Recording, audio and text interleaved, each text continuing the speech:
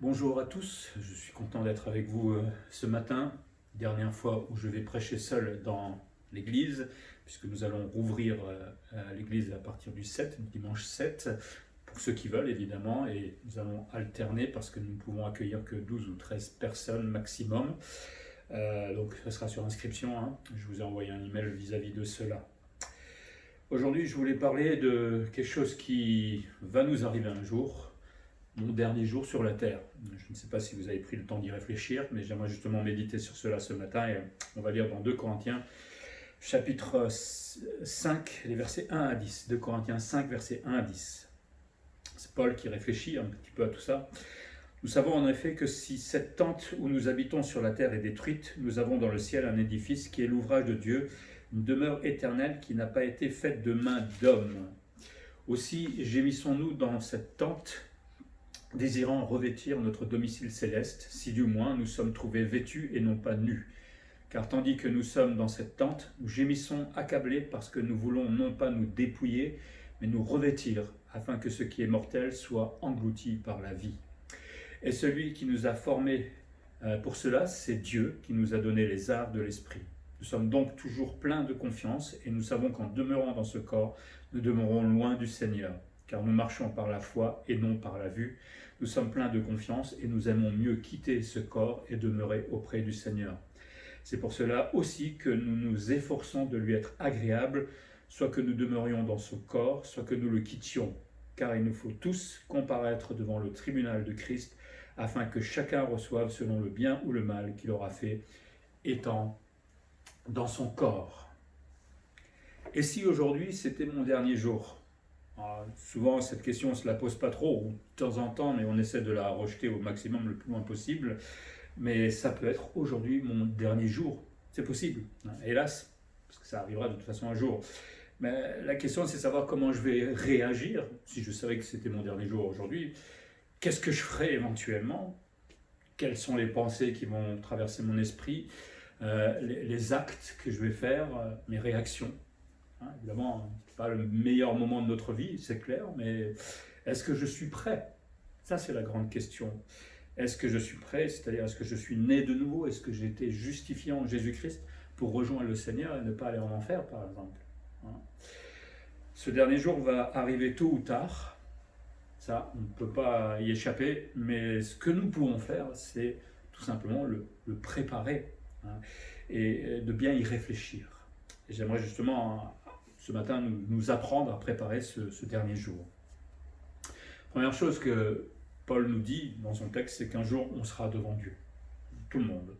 Et donc là, dans ce texte, Paul réfléchissait un peu à sa mort et il comparait sa vie comme une tente. Alors certainement que c'est parce qu'il était faiseur de tentes, donc il avait trouvé la métaphore, mais on voit la fragilité aussi de la tente. Il savait que cette tente sera un jour détruite.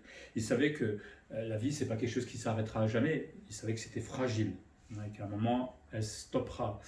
Et donc il méditait un peu sur sa mort et il nous appelle que nous-mêmes, on devrait un peu méditer sur la mort. Je sais que ce n'est pas la plus belle des méditations, mais il faut y penser, parce qu'en y réfléchissant, on se rend compte aussi de la beauté de la vie finalement, et de ce qui est essentiel dans la vie. Et il faut savoir bien regarder, nous dit 2 Corinthiens 4, 18, parce que nous regardons non point aux choses visibles, mais à celles qui sont invisibles, car les choses visibles sont passagères et les invisibles sont éternelles. Réfléchir à la mort nous pousse à bien regarder notre vie, à essayer de voir ce qui est essentiel, ce qui ne nous fait pas perdre de temps, parce que beaucoup de choses que nous faisons qui sont passagères, et finalement on a perdu notre temps avec ces choses-là.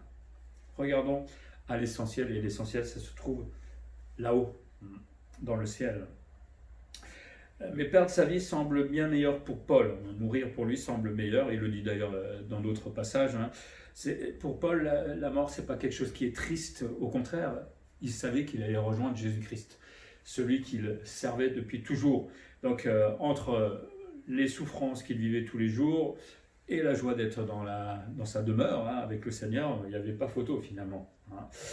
Il voyait l'édifice dans le ciel, l'ouvrage de Dieu. Il appelle ça sa demeure éternelle. Alors, il y a beaucoup d'interprétations concernant la demeure éternelle. Je relis le verset 1. « Nous savons en effet que si cette tente où nous habitons sur la terre est détruite, nous avons dans le ciel un édifice qui est l'ouvrage de Dieu, une demeure éternelle qui n'a pas été faite de main d'homme. » Il y aurait trois interprétations de ce mot demeure, enfin de cette expression demeure éternelle. La première, c'est le ciel lui-même, hein, mais il est dit que la demeure est éternelle dans le ciel et qu'elle vient du ciel, donc ça ne peut pas être le ciel. Deuxième interprétation, c'est un corps donné ou un état intermédiaire entre la mort et la résurrection. Soit les croyants morts, bien que toujours conscients, n'ont pas de corps en attendant de revêtir leur corps de ressuscité, soit les croyants morts, bien que toujours conscients, reçoivent un corps intermédiaire, selon certains, qui différerait du corps de résurrection, de gloire qu'on aura au moment où Jésus nous ressuscitera. C'est pour cela que certains pensent que Paul voulait vivre en fait jusqu'au retour de Christ pour ne pas avoir à vivre cet état ou ce corps intermédiaire. Seulement, je ne pense pas que la Bible parle de cela, ni d'un état intermédiaire, ni d'un corps intermédiaire. C'est vrai que la résurrection, si nous mourrons aujourd'hui, notre corps va dormir en attendant la résurrection, mais il n'est pas parlé de corps intermédiaire. Et la troisième, qui me semble être la meilleure interprétation, c'est ce corps glorifié, hein, celui-là même que le chrétien va recevoir à la résurrection. Ça semble être la meilleure des résurrections. Donc, quand il parle de la demeure éternelle, il parle tout simplement de le fait d'être dans le ciel avec ce corps glorifié, dans la gloire, tout simplement. En tout cas, Paul se réjouissait de revêtir ce corps de gloire. C'est vrai qu'en regardant sa vie, toutes les souffrances qu'il a eues, c'est tellement plus agréable, on est bien d'accord. Et il avait aussi l'assurance d'avoir ce corps glorifié. Et il démontre ça par les arts de l'esprit. Hein. Les arts de l'esprit, c'est-à-dire l'avance que l'on a par rapport à ce qu'on va avoir. Dans Ephésiens 1, 13 à 14, il est dit « En lui aussi, après avoir entendu la parole de la vérité, l'évangile de votre salut, en lui vous avez cru et vous avez été scellés du Saint-Esprit qui avait été promis, lequel est un gage de notre héritage pour la rédemption de ceux que Dieu s'est acquis à la louange de sa gloire. » Le Saint-Esprit que j'ai aujourd'hui en tant que chrétien est une preuve, une avance aussi, on pourrait dire, du fait que je vais un jour être glorifié par le Seigneur et donc recevoir ce corps de gloire. Donc le fait que j'ai le Saint-Esprit aujourd'hui me réjouit, déjà parce que ça fait du bien, mais en même temps, il me prouve que je suis déjà ressuscité. C'est ça qui est formidable. Hein. Et il démontre que tout ça c'est vrai encore davantage, puisque tous les jours il est à l'œuvre dans ma vie, et en tant que chrétien, il me pousse à la sanctification, il me reprend quand ça ne va pas. Enfin, il est vivant, hein, il existe. Et parce qu'il existe, forcément, ça démontre complètement que j'aurai ce corps de résurrection lorsque je rejoindrai le Seigneur. Et il achèvera là, alors, ce travail qu'il a fait dans ma vie. Il a du boulot avec nous, le Saint-Esprit, hein, mais il se réjouit certainement parce qu'il sait qu'à la fin de la course, on sera absolument parfait. Et ça, c'est formidable. Donc, c'est ce que Paul, tout simplement, espérait. Et c'est pour ça que Paul, il gémissait, mais dans ces gémissements, en fait, il y a une forme d'être pressé. Il veut vite rejoindre son Créateur. Dans Philippiens 1, 23, il dit « Je suis pressé des deux côtés, j'ai le désir de m'en aller et d'être avec Christ, ce qui est beaucoup est le meilleur. Hein. » Mais en même temps, il savait qu'il devait travailler pour le Seigneur sur la terre. Mais il voulait anticiper son dernier jour, il voulait être avec Jésus, parce que comme il dit dans Philippiens, c'est le meilleur. Est-ce que pour nous, aujourd'hui, c'est vraiment le meilleur, ou est-ce que je suis attaché à la terre, attaché aux choses de la vie, en me disant ça c'est bien meilleur que rejoindre le Seigneur? Je ne peux pas répondre à votre place. Hein. Il avait compris qu'entre les douleurs de la terre et le repos céleste, il avait déjà choisi, hein, tout simplement. Et c'est pour ça qu'il gémissait. Il était accablé par les épreuves, il pleurait sur son péché, hein, il se considère comme le pire des pécheurs. Pourtant, je pense qu'il était bien avancé en sanctification. Il était persécuté, donc forcément, la vie pour lui, ce n'était pas quelque chose de vraiment formidable par rapport à cette vie de repos dans la présence du Seigneur. Donc, il était pressé de revêtir son domicile céleste.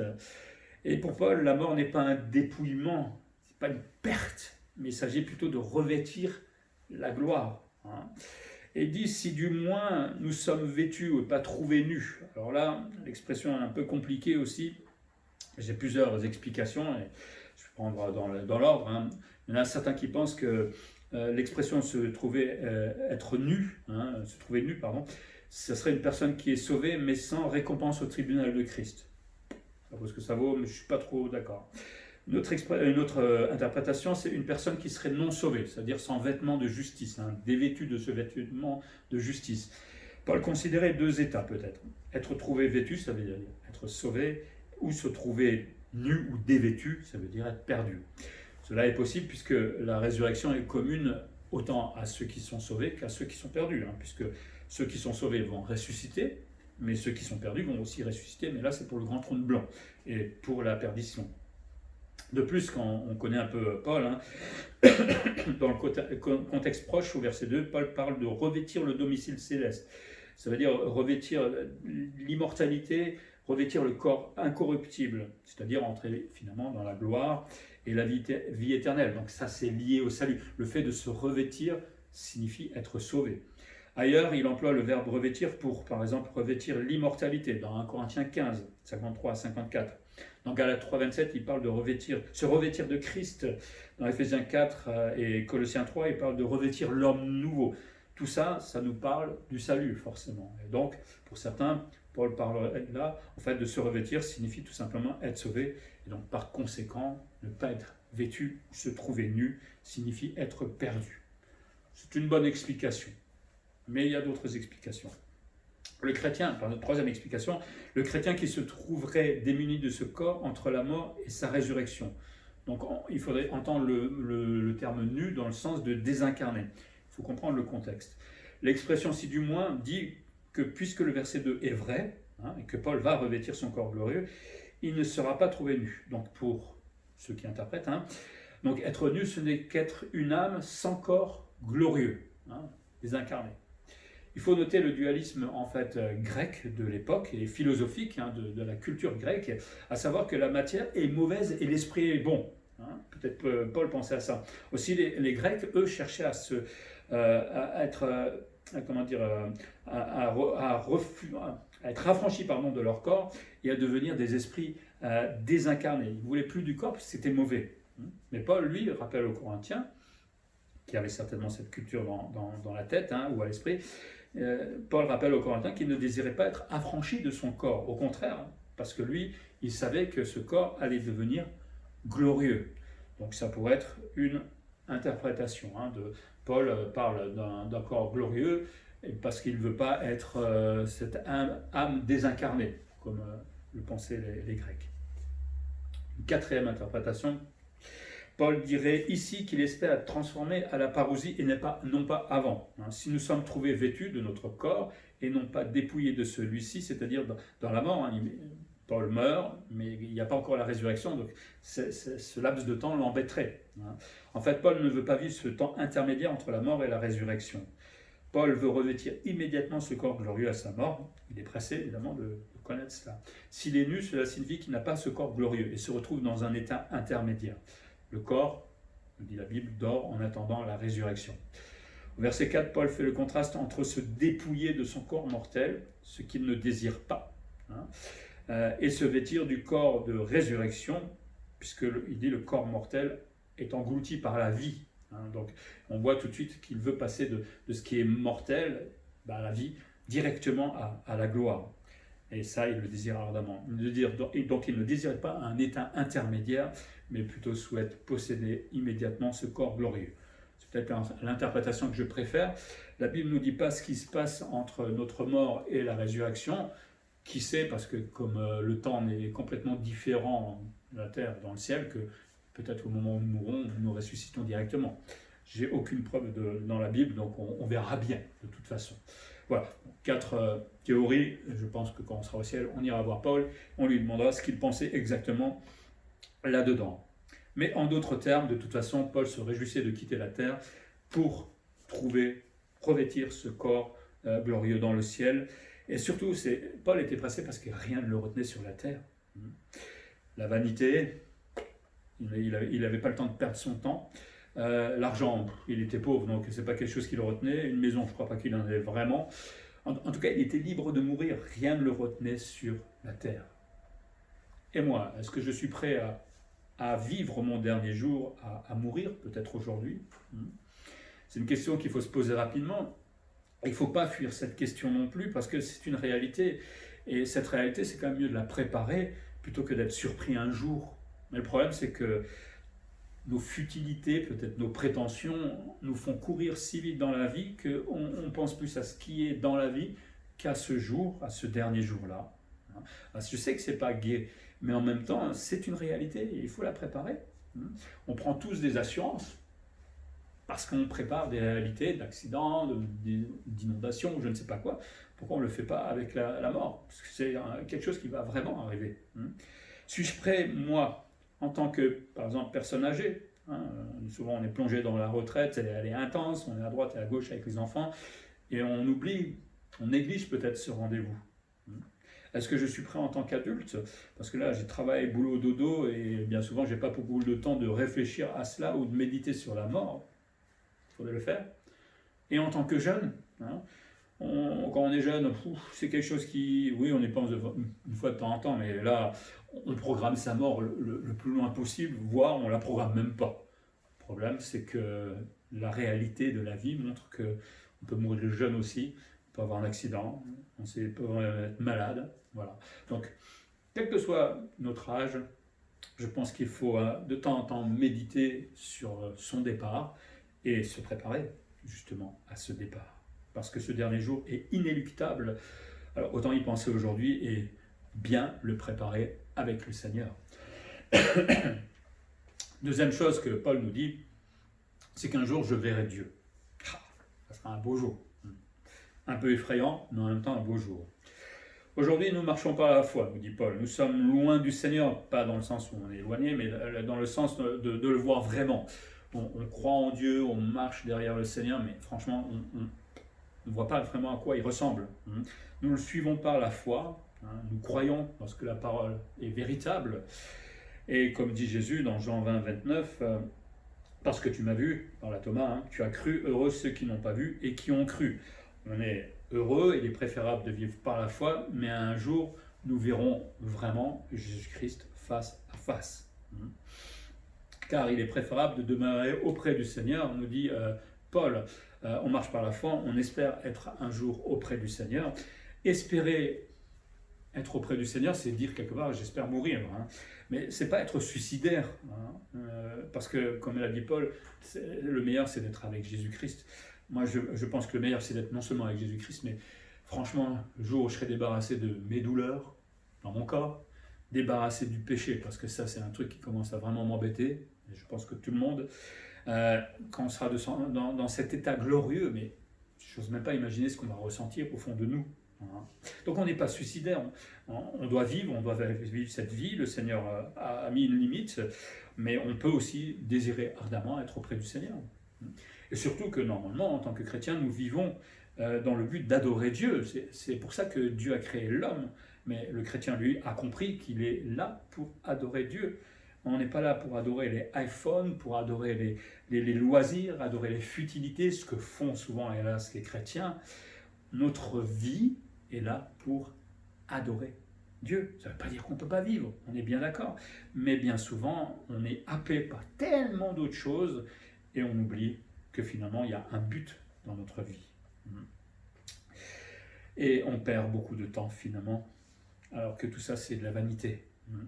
Aussi, le Seigneur nous demande de profiter de notre vie. Il nous laisse le temps de faire tant de choses. Mais ce qu'il veut aussi, et il le dit à plusieurs reprises, c'est qu'on se focalise sur le royaume de Dieu. Ça ne veut pas dire que je dois être tout le temps à l'église, ça ne veut pas dire que je dois tout le temps être en train de lire la Bible, ça ne veut pas dire que je dois tout le temps être en train de prier, ça veut dire juste de faire un vrai équilibre entre ce qui est utile, donc le royaume de Dieu, et ce qui est futile. Parce que le problème, c'est que le futile prend souvent le pas sur l'utile. Et ça, chacun de vous connaît votre vie, sa vie, pardon. Ça, c'est à vous de voir où vous en êtes dans ce domaine-là. On peut bien vivre tout en vivant pour le royaume de Dieu. Vous savez, on va passer, pour les plus forts, une centaine d'années sur la terre, à faire des choses qui sont un peu vaines souvent, alors qu'on va passer une éternité avec le Seigneur pour l'adorer. Autant se préparer à cela. Si aujourd'hui, dit Paul, nous marchons par la foi, demain nous marcherons par la vue. On se lèvera le matin, je ne sais pas si on dort, mais j'imagine la scène, on se lèvera le matin, on ira voir Dieu devant son trône. Bonjour Seigneur, ça va? Oui, ça va. Vous imaginez ce que ça va être? Ça change, hein? Parce que mourir, ça signifie voir Dieu face à face. Ouais, c'est ce que pensait Paul. Vous savez, quand on sert quelqu'un avec autant de force tous les jours par la foi, le plus grand désir, c'est de le voir, hein, face à face. Après une vie à avoir imaginé Jésus-Christ, hein, c'est ce qu'on fait aujourd'hui par la foi. On a tous peut-être notre portrait, j'ai envie de dire, dans notre tête. Mais là, on va tout balayer d'un coup et on se retrouvera devant le trône, devant sa majesté, devant Jésus-Christ. On aura imaginé toute notre vie ce Dieu, mais là, il se tiendra devant nous en pleine vérité, en pleine gloire. Voir Dieu, et c'est ça qui peut-être peut un peu nous effrayer, à moins que vous soyez parfait, mais ça devrait nous effrayer, le fait de nous présenter devant Dieu et de nous voir, enfin, on va se voir aussi nous, tels que nous sommes réellement. On va découvrir notre manque d'humilité. Hein.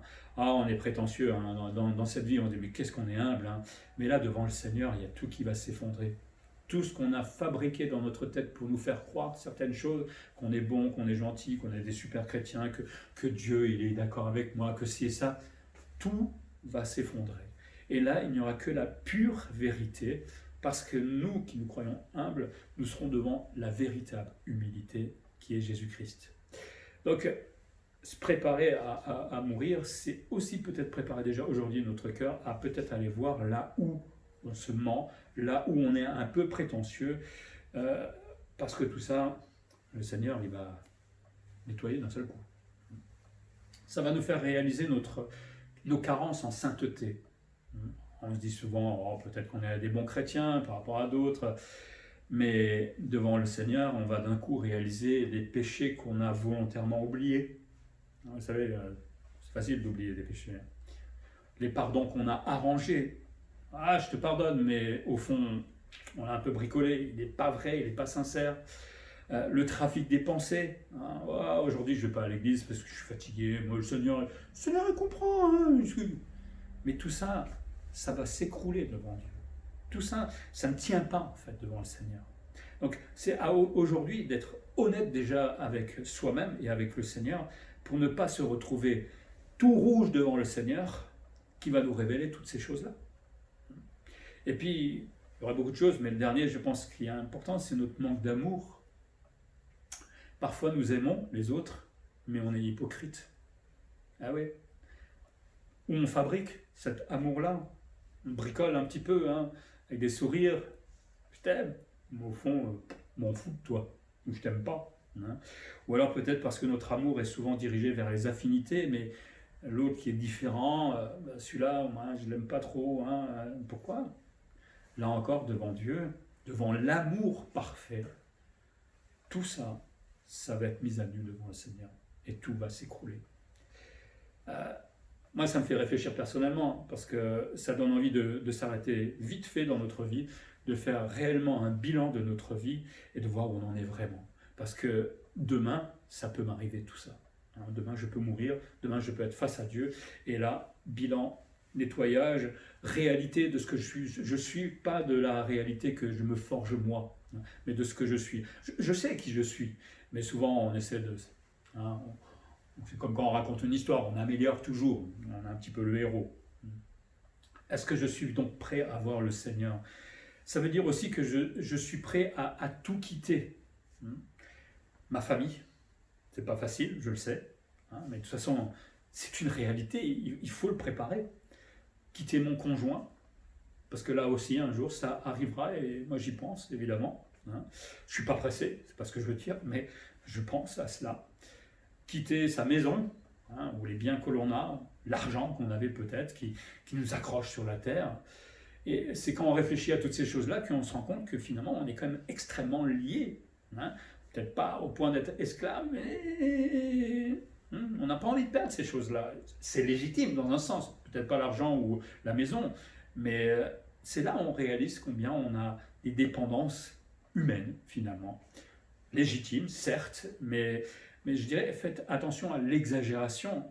C'est bien d'aimer son conjoint, c'est bien d'aimer sa famille, mais il ne faut pas en être esclave non plus. hein.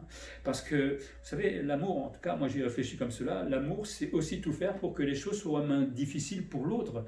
Si je devais partir demain, je voudrais que les choses soient beaucoup plus simples pour, par exemple, mon épouse, que ça ne soit pas un déchirement total pour elle, hein. Mais ça, c'est nous qui devons y réfléchir, hein. Évidemment, perdre quelqu'un, c'est absolument triste, il y a le deuil, mais on peut peut-être l'amoindrir. Bon, déjà, le fait de savoir qu'on va au ciel, ça fait déjà un peu plus de bien, mais attention à ne pas être à ce point-là esclave de l'autre, de sa famille, des choses, enfin des choses de la vie, pour qu'au moment où nous partions, ça devienne un tel déchirement qu'on chute, tout simplement. Et ça arrive, hélas. Suis-je prêt à rencontrer mon Seigneur? Théologiquement, on va tous dire oui, hein. Bah oui, je suis prêt, hein. On est toujours prêt à partir pour le ciel, ça, il n'y a aucun problème. Mais après, quand on y réfléchit un petit peu plus dans la pratique, ça signifie être malade, par exemple, et mourir, avoir une crise cardiaque et partir, avoir un accident, ou, pour le mieux, je pense, s'endormir tranquillement et rejoindre le Seigneur, voire pour certains chrétiens, la persécution. C'est ça, la pratique, hein, de mourir. Mais je pense que se poser la question si je suis prêt à rencontrer mon Seigneur, ça signifie aussi considérer son état. Et le plus important, c'est peut-être pas le corps, mais c'est notre état spirituel. Où est-ce que j'en suis vraiment dans ma relation avec le Seigneur? Parce que là, je vais le rejoindre, et là, je ne pourrai plus fabriquer, tricher, arranger, repousser peut-être la sanctification qu'il voulait dans ma vie. C'est fini. Là, je vais être évalué. On va parler. Considérer son état de service. Qu'est-ce que j'ai fait pour le Seigneur dans l'Église? Qu'est-ce que j'ai fait avec le don qu'il m'a donné? Est-ce que je l'ai mis surtout en pratique? Est-ce que je sais quel est le don que le Seigneur veut? En ce moment, c'est un peu pratique, on va dire, hein, puisqu'on était confinés, mais ça ne veut pas dire qu'on n'a pas de don, ça ne veut pas dire qu'on ne peut pas servir, hein. Donc, tout cet état dans lequel je suis aujourd'hui, il faut que j'y réfléchisse parce que demain, je ne pourrai plus rien changer ou améliorer pour être agréable au Seigneur. Je serai brut devant lui. Et là, on rigolera peut-être moins. Mais Paul, lui, il était pressé parce que rien ne le retenait sur la terre. Il était prêt spirituellement. Et bon, après, il n'était pas parfait non plus, mais il n'avait pas à rougir devant le Seigneur, même s'il se considérait comme le pire des pécheurs, mais il savait qu'il pouvait se tenir devant le trône de Dieu. Un jour, nous verrons Dieu. Mais pour cela, il faut impérativement s'y préparer. Surtout parce que Paul va le dire, nous allons être évalués. Un jour, Dieu va m'évaluer. Troisième chose que Paul déclare ici. Alors, on va avoir un bon accueil avec Jésus-Christ puisque nous sommes graciés. Nous avons, en tant que chrétiens, l'assurance du salut. On ne craint pas, normalement, en tant que chrétien, de rencontrer Dieu. À part que ça va être impressionnant. Parce que, on ne craint pas parce que nous avons Jésus comme notre avocat et comme notre sauveur, hein. C'est vrai que se retrouver devant Dieu, ça va nous donner le vertige, mais je suis justifié en Christ, donc je n'ai pas à craindre Dieu dans ce sens-là. Si du moins nous sommes sauvés. Et là, je veux quand même avertir, parce qu'il y a l'Église, il y a beaucoup de chrétiens dans l'Église, et parfois, il y a des simili-chrétiens. Et il y a beaucoup de gens, je pense, qui vont être surpris en se croyant chrétiens, et qui ne vont pas se retrouver devant Jésus-Christ. Pourquoi? Parce que, je ne parle pas de ceux qui sont religieux, là c'est clair, ils ne vont pas devant le Seigneur, mais peut-être de fausses conversions. On a l'impression d'être converti. On a demandé un jour pardon au Seigneur, mais ce n'était pas sincère. Et il n'y a pas eu de nouvelle naissance. Et là, il faut vraiment y réfléchir parce que c'est important. Si je crois ou si je m'abuse personnellement d'être chrétien aujourd'hui et que je me retrouve à mourir et finalement je ne suis pas devant le Seigneur, alors là, ça va faire une sacrée surprise. C'est simple, hein, le chrétien porte du fruit. Si je n'ai pas de fruit, je ne suis peut-être pas sauvé. Si je n'avance pas dans ma vie chrétienne, je ne suis peut-être pas sauvé. C'est pas normal qu'au bout d'un certain temps, je n'ai pas de vie de service, de vie de sanctification. Si je ne change pas, il y a quelque chose qui cloche peut-être dans ma vie. Notre manière de vivre en dit long sur la réalité de notre conversion. Moi, je ne peux pas le dire pour vous, hein, mais il faut quand même se poser la question, est-ce que je suis réellement né de nouveau? Parce qu'après la mort, nous dit Hébreux 9, 27, vient le jugement. Il n'y a plus de changement possible. C'est aujourd'hui qui est important. C'est aujourd'hui qu'il faut répondre à l'appel du Seigneur d'être sauvé. Mais pour ceux qui sont vraiment sauvés, Christ va évaluer notre vie chrétienne. je vais dire ma vie chrétienne, ta vie chrétienne, pour que ça devienne un peu plus personnel. Hein. Paul savait, lui, qu'il serait un jour évalué. C'est pour ça que, comme il dit au verset 9, il cherchait à être agréable à son Seigneur. Et ça stimulait son ministère. Hein. Le ministère, il le faisait parce qu'il voulait servir le Seigneur, mais il savait aussi qu'au bout, il allait être évalué.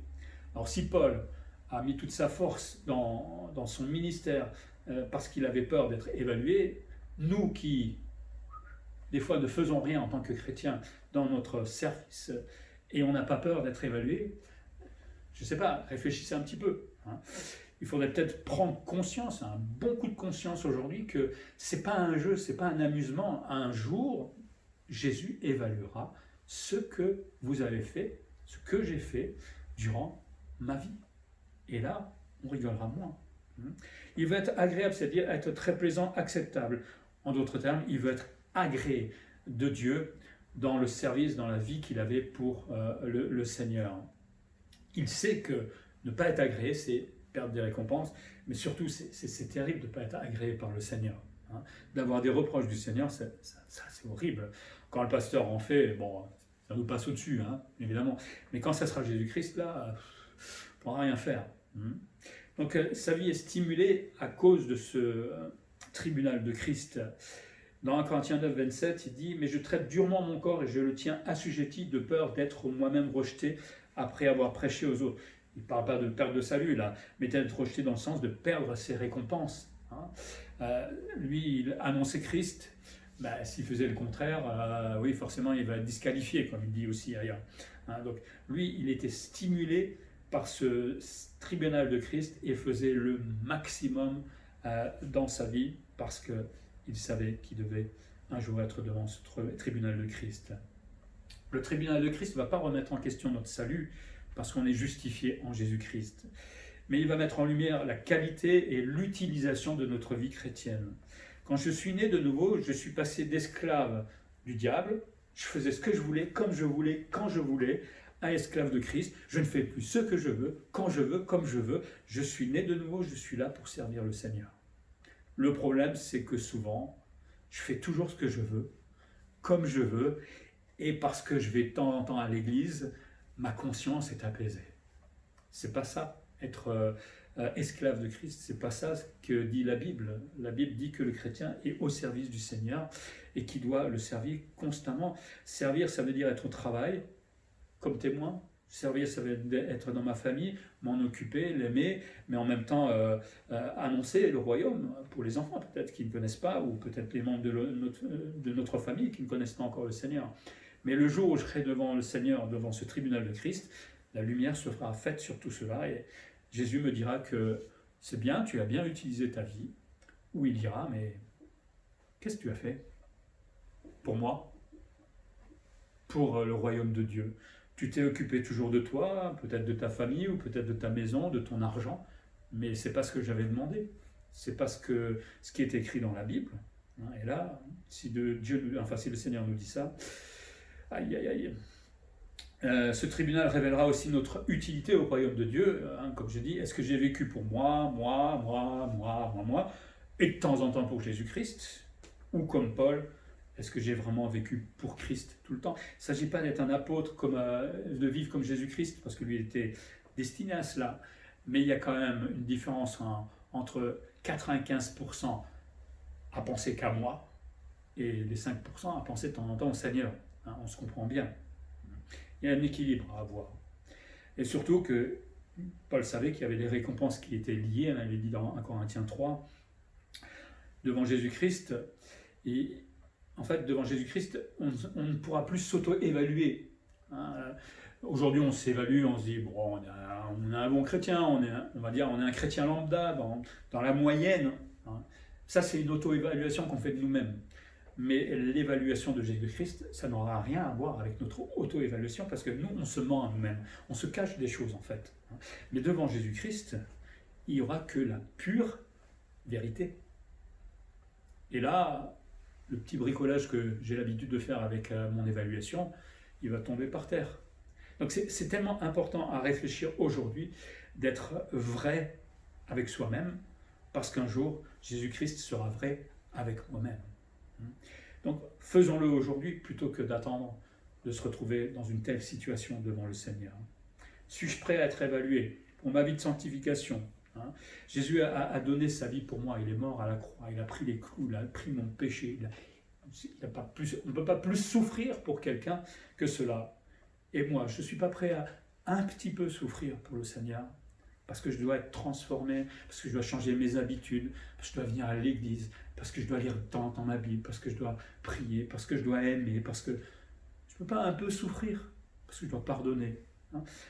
Regardez la souffrance de Christ, regardez les mini-souffrances que l'on a à côté. Est-ce que je suis prêt à être évalué pour mon service? Je l'ai déjà dit, mais c'est tellement important, la mise en pratique de mes dons, les œuvres qui ont été préparées d'avance, nous dit Paul. Est-ce que tout ça, c'est minimisé dans ma vie, ou est-ce que tout ça, c'est en marche? Est-ce que je suis, je veux dire, fier? Voilà, Seigneur, j'ai bien rempli mon ministère, j'ai vu les dons que tu m'as donnés, je les ai localisés, j'ai été aidé peut-être, et puis je les ai mis en place. Pas tous les jours, mais comme tu me le demandais, au moment où tu me le demandais. Et voilà, tu peux me faire un bon compte-rendu. Évaluer pour mes relations avec les autres, dans le domaine du pardon, dans le domaine de l'amour pour tous, dans le domaine peut-être de l'entraide, dans le domaine du soutien. Il y a mille et une façons dans l'aspect relationnel qu'on peut avoir avec les autres pour servir le Seigneur. Dans le domaine financier, ça on n'y pense pas, parce que le Seigneur nous demande d'être aussi fidèle là-dedans. Est-ce que je donne comme le Seigneur me demande? Alors, on parle souvent de 10%, on n'est pas sous la dîme. Si je gagne 1 million d'euros, 10% c'est rien. Mais est-ce que je donne pour le Seigneur, ou est-ce que je garde beaucoup pour moi, en me disant que je vais pouvoir bien vivre, et tant pis pour le royaume de Dieu, de toute façon il y en a d'autres qui donnent, donc ça va. On sera aussi évalué là-dessus, il ne faut pas croire. Là je donne que quelques points, mais on pourrait passer des heures sur toute l'évaluation que le Seigneur va faire dans notre vie. Et aujourd'hui j'apaise ma conscience avec tout ça, mais là je ne pourrai plus l'apaiser parce qu'on sera en pleine vérité. Est-ce que je suis prêt à être évalué pour les priorités de ma vie? Est-ce que mes loisirs sont plus importants que l'Église ou que le royaume de Dieu? Est-ce que telle ou telle chose est une idole pour moi aujourd'hui, au point que je n'ai pas le temps de faire de Christ ma priorité? Le Seigneur nous a donné une vie avec laquelle on peut faire beaucoup de choses. Il n'a jamais interdit quoi que ce soit, mais ce qu'il veut, c'est qu'il y ait un équilibre. Il ne veut pas que la balance penche d'un côté plutôt que de l'autre. Si elle penche côté loisir, côté moi, égoïsme, tout pour moi, etc., je pense qu'à ma vie parce que bientôt je vais mourir, mais ce n'est pas ce que veut le Seigneur. On peut très bien vivre une belle vie remplie de voyages, de loisirs, tout en servant le Seigneur efficacement, selon les dons, les ministères qu'il m'a donnés. Les deux peuvent marcher, mais bien souvent, la balance va plutôt dans le côté négatif, hélas. Le tribunal de Christ n'est pas une fiction. On y pense, on y réfléchit, on dit c'est loin. Ça peut être juste demain. Est-ce qu'on y pense? Je ne sais pas si vous avez déjà été convoqué à un tribunal. Avant d'être devant le juge, on a un peu peur. Moi, ça m'était arrivé quand j'étais jeune, pour des bêtises, hélas. On cogite, on réfléchit à tout ce qu'on va dire, mais là, c'est pareil, on a une convocation pour demain, pour après-demain, pour je ne sais pas quand, mais il faut peut-être réfléchir. Le problème, c'est comme je disais, on ne pourra pas dire ce qu'on a envie de dire, mais il faut plutôt réfléchir à comment on va se présenter devant le Seigneur, parce que là, j'aurai rien à dire, c'est lui qui m'évalue, en pensez tout. Donc, ce n'est pas une fiction, le tribunal de Christ, mais une réalité qui devrait nous réveiller. Quand on pense vraiment au tribunal de Christ, à l'évaluation, là d'un seul coup, j'ai une prise de conscience de ma vie. Et je vais m'arrêter 5 minutes pour y réfléchir. Et vraiment revoir tous les points qu'on a vus là, et me dire, il faut vraiment que je change ça. Seigneur, aide-moi, réveille-moi dans ma vie spirituelle, parce que c'est vrai que j'avais oublié, il faut que je te rencontre un jour. Et ce réveil, finalement, va produire, comme Paul disait, le fait de devenir agréable à Jésus-Christ. Réveillons-nous, parce que c'est une réalité. Pour terminer, la mort, évidemment, c'est une tristesse pour le païen, parce que pour lui, c'est la fin de tout. Mais pour le chrétien, c'est plein de vie, je mets entre guillemets quand même, mais la mort, c'est quelque chose qui apparaît plein de vie, glorieux. Elle est glorieuse, la mort pour le chrétien, puisque tout ce qui le fait souffrir sur la terre va disparaître. Donc, ça peut être que plein de vie et de joie. Évidemment, c'est une tristesse pour ceux qui restent sur la terre, pour les vivants. Évidemment, c'est dur d'être séparé de quelqu'un, je le reconnais. Mais cette tristesse, elle est déjà apaisée, surtout si c'est quelqu'un qui était, enfin si le défunt a été chrétien, parce que en même temps, on est triste de ne plus être avec lui, mais on sait que lui, en ce moment, il est avec le Seigneur dans la gloire. Et ça, en même temps, ça nous réjouit. Et on va le rejoindre bientôt. Paul nous apprend dans ce texte que le chrétien doit apprendre à bien mourir. Je ne sais pas si on peut bien mourir, mais enfin, vous comprenez l'idée. Christ que je vais évaluer. Le chrétien ne devrait pas être surpris par son dernier jour sur la terre. Je me souviens un jour, j'avais eu un problème d'oreille, et la tête qui commençait à se mettre à tourner et tout ça. Et j'ai cru que c'était mon dernier moment. Et c'est fou comme d'un seul coup, on commence à remettre tout en ordre dans notre vie. C'est dommage qu'on ne le fasse pas avant pour que, au moment où ça va arriver, on ne soit pas surpris. Et qu'on puisse plutôt partir délicieusement avec le cœur apaisé plutôt que de devoir remettre à jour tout ce qu'on n'a pas fait jusqu'à présent. Il s'agit donc d'être prêt tous les jours, chaque matin peut-être, se dire c'est mon dernier jour. Alors, c'est peut-être pas gai ce que je dis là, mais c'est une réalité aussi. Rien ne me dit que je ne vais pas avoir un accident. Mais être prêt chaque jour, la veille, si je me suis peut-être disputé, avoir demandé pardon, puisque la Bible nous dit de ne pas dormir, de ne pas nous coucher sans peut-être avoir demandé pardon à celui avec qui on s'est mis en colère, mais être prêt chaque jour tout simplement. Le chrétien fait tout pour être agréable à Jésus-Christ. On ne va pas le faire pour avoir plein de récompenses. Personnellement, ce n'est pas que je m'en fiche des récompenses, j'aimerais être bien évalué, mais on le fait parce qu'on est reconnaissant de la grâce que le Seigneur nous a fait. Un chrétien a envie de servir et de vivre pour Jésus-Christ par reconnaissance, pas pour des récompenses. Et c'est ça qui nous donne envie de lui être agréable et qui stimule notre vie. Et qu'en même temps, en tant que chrétien, tous les jours, nous puissions témoigner aux perdus cette joie céleste qui nous attend, qui ne comprennent peut-être pas, mais ça sera peut-être l'occasion, lors d'un enterrement, c'est ce qu'on fait généralement, de rappeler ces vérités qu'un jour nous allons rencontrer Dieu. Voilà, que le Seigneur nous aide à nous réveiller, à bien prendre conscience que tout ça c'est une réalité, que le tribunal de Christ n'est pas une fiction. À moi de m'arrêter peut-être ce matin, me poser et dire maintenant Seigneur, on va arrêter de se mentir et on va s'y mettre réellement. Et c'est ce que je souhaite pour moi déjà, et pour chacun d'entre nous. Et vous allez voir, l'Église va devenir vivante. On va prier. Seigneur, merci pour la vie, d'abord cette vie physique, faite de belles choses. Alors évidemment, il y a des épreuves, il y a des difficultés, mais globalement, nous avons quand même la chance. Mais aussi merci pour la vie spirituelle, la nouvelle naissance, le salut que tu nous as donné. Tu l'as permis pour que nous soyons d'abord sauvés, mais tu l'as aussi permis pour que nous devenions agréables à Jésus-Christ.